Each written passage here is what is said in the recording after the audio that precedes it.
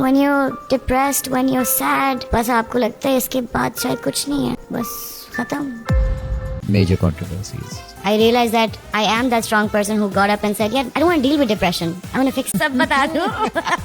پہلی بار ہانیہ عامر نے عاصم اظہر سے ریلیشن کے بارے میں سب کچھ سچ بتا دیا. آئیے آپ لوگوں کے ساتھ ویڈیو شیئر کرتے ہیں. ہانیہ عامر ایک بہت ہی کمال کی ٹی وی اور فلموں کی اداکارہ ہیں جنہوں نے اپنا سفر 2016 میں فلم جانان سے کیا تھا. ان کے کافی ہٹ ڈراماز ہیں جیسے کہ تتلی, دلربا, سنگ ماں, میرے ہم سفر اور مجھے پیار ہوا تھا.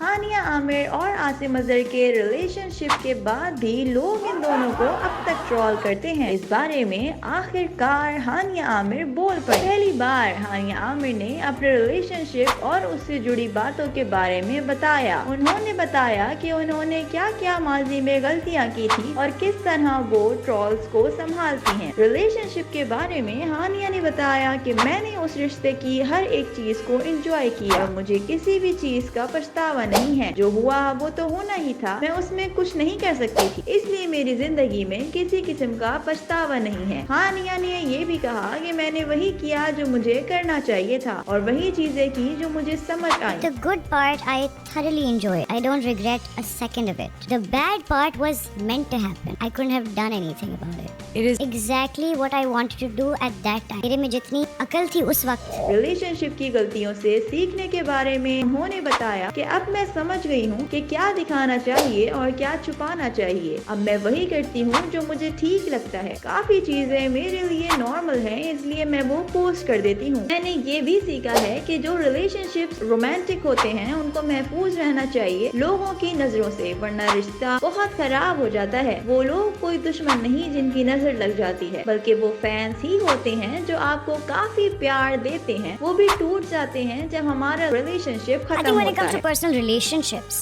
romantic relationships, I think one thing I've learned that they are extremely fragile. Those you have to protect.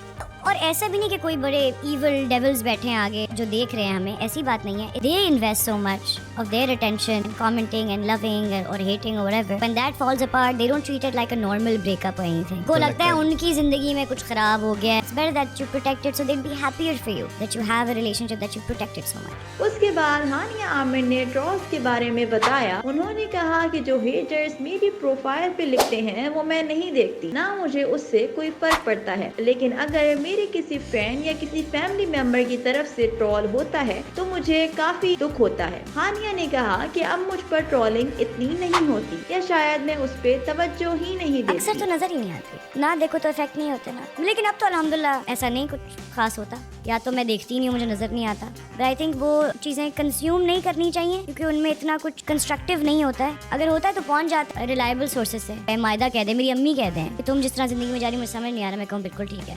On line اگر مجھے کوئی کچھ کہے تو I don't think it's something that I should be giving attention to. آپ کو ان statements کے بارے میں کیا لگتا ہے نیچے کمنٹ باکس میں ضرور بتائیے گا. ویڈیو اچھی لگے تو لائک کر دے گا اور اسی طرح کی اور ویڈیوز دیکھنے کے لیے ہمارے چینل ٹی ٹاک اونلی کو سبسکرائب کرنا نہ بھولے گا. ملتے ہیں آپ لوگوں سے اگلی بار ایک اور نئے ٹاپک کے ساتھ. اپنا خیال رکھیے گا. اللہ حافظ.